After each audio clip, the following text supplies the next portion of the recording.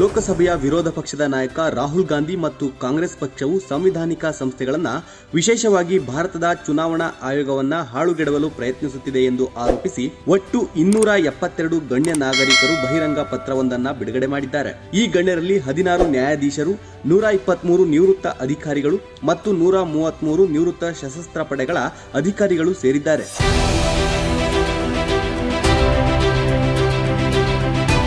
ರಾಷ್ಟ್ರೀಯ ಸಂವಿಧಾನಾತ್ಮಕ ಪ್ರಾಧಿಕಾರಗಳ ಮೇಲಿನ ದಾಳಿ ಎಂಬ ಶೀರ್ಷಿಕೆಯ ಈ ಪತ್ರವು ನವೆಂಬರ್ 18, 2025ರಂದು ಪ್ರಕಟಗೊಂಡಿದ್ದು, ವಿರೋಧ ಪಕ್ಷದ ನಾಯಕರು ಪ್ರಮುಖ ಸಂಸ್ಥೆಗಳ ವಿರುದ್ಧ ವಿಷಕಾರಿ ಹೇಳಿಕೆ ಮತ್ತು ರಾಜಕೀಯ ಕಥನಗಳನ್ನು ಮುಂದುವರಿಸಲು ಪ್ರಚೋದನಕಾರಿ ಹಾಗೂ ಆಧಾರರಹಿತ ಆರೋಪಗಳನ್ನು ಬಳಸುತ್ತಿದ್ದಾರೆ ಎಂದು ತೀವ್ರವಾಗಿ ಟೀಕಿಸಿದೆ. ಸಶಸ್ತ್ರ ಪಡೆಗಳು, ನ್ಯಾಯಾಂಗ, ಸಂಸತ್ತು ಮತ್ತು ಇತರ ಸಾಂವಿಧಾನಿಕ ಪ್ರಾಧಿಕಾರಗಳ ಮೇಲೆ ಟೀಕೆ ಮಾಡಿದ ನಂತರ ಈಗ ಕಾಂಗ್ರೆಸ್ ಪಕ್ಷವು ವ್ಯವಸ್ಥಿತ ಮತ್ತು ದುರುದ್ದೇಶಪೂರ್ವಕ ಟೀಕೆಗಳ ಮೂಲಕ ಚುನಾವಣಾ ಆಯೋಗವನ್ನ ಗುರಿಯಾಗಿಸಿದೆ ಎಂದು ಪತ್ರದಲ್ಲಿ ತಿಳಿಸಲಾಗಿದೆ.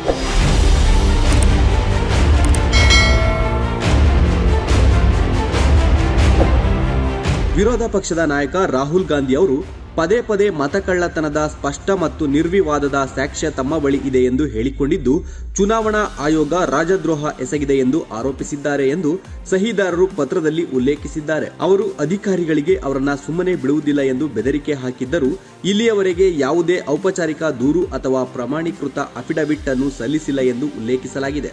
ರಾಹುಲ್ ಗಾಂಧಿ ಅವರು ಮಾಡಿರುವ ಆರೋಪಗಳು ಸತ್ಯಕ್ಕೆ ದೂರವಾದುದು ಎಂದು ಸಹಿದಾರರು ಪ್ರತಿಪಾದಿಸಿದ್ದಾರೆ. ಚುನಾವಣಾ ವೈಫಲ್ಯ ಮತ್ತು ಹತಾಶೆಯಿಂದ ಈ ರೀತಿಯ ಸುಳ್ಳು ಆರೋಪಗಳನ್ನು ಹೊರಿಸಲಾಗಿದೆ. ವಿರೋಧ ಪಕ್ಷಗಳು ಚುನಾವಣಾ ಫಲಿತಾಂಶಗಳು ತಮ್ಮ ಪರವಾಗಿಲ್ಲದಿದ್ದಾಗ ಮಾತ್ರಕ್ಕೆ ಚುನಾವಣಾ ಆಯೋಗವನ್ನ ಟೀಕಿಸುತ್ತವೆ. ಇವು ಉದ್ದೇಶಪೂರ್ವಕ ಮತ್ತು ಅವಕಾಶವಾದ ಎಂದು ಪತ್ರವು ವಿವರಿಸಿದೆ.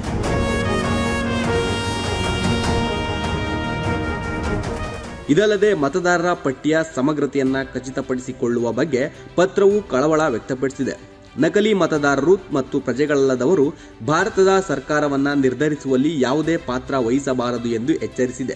ಭಾರತದ ಚುನಾವಣಾ ಸುರಕ್ಷತಾ ಕ್ರಮಗಳನ್ನು ಅಮೆರಿಕ, ಬ್ರಿಟನ್, ಆಸ್ಟ್ರೇಲಿಯಾ, ಜಪಾನ್, ದಕ್ಷಿಣ ಕೊರಿಯಾ, ಜರ್ಮನಿ ಮತ್ತು ಫ್ರಾನ್ಸ್ನಂತಹ ಪ್ರಜಾಪ್ರಭುತ್ವ ರಾಷ್ಟ್ರಗಳಿಗೆ ಹೋಲಿಸಿ ಪ್ರಜಾಪ್ರಭುತ್ವದ ಸ್ಥಿರತೆಯನ್ನ ಕಾಪಾಡಲು ಬಲವಾದ ಸುರಕ್ಷತಾ ಕ್ರಮಗಳು ಅಗತ್ಯತೆ ಎಂದು ವಾದಿಸಿದೆ.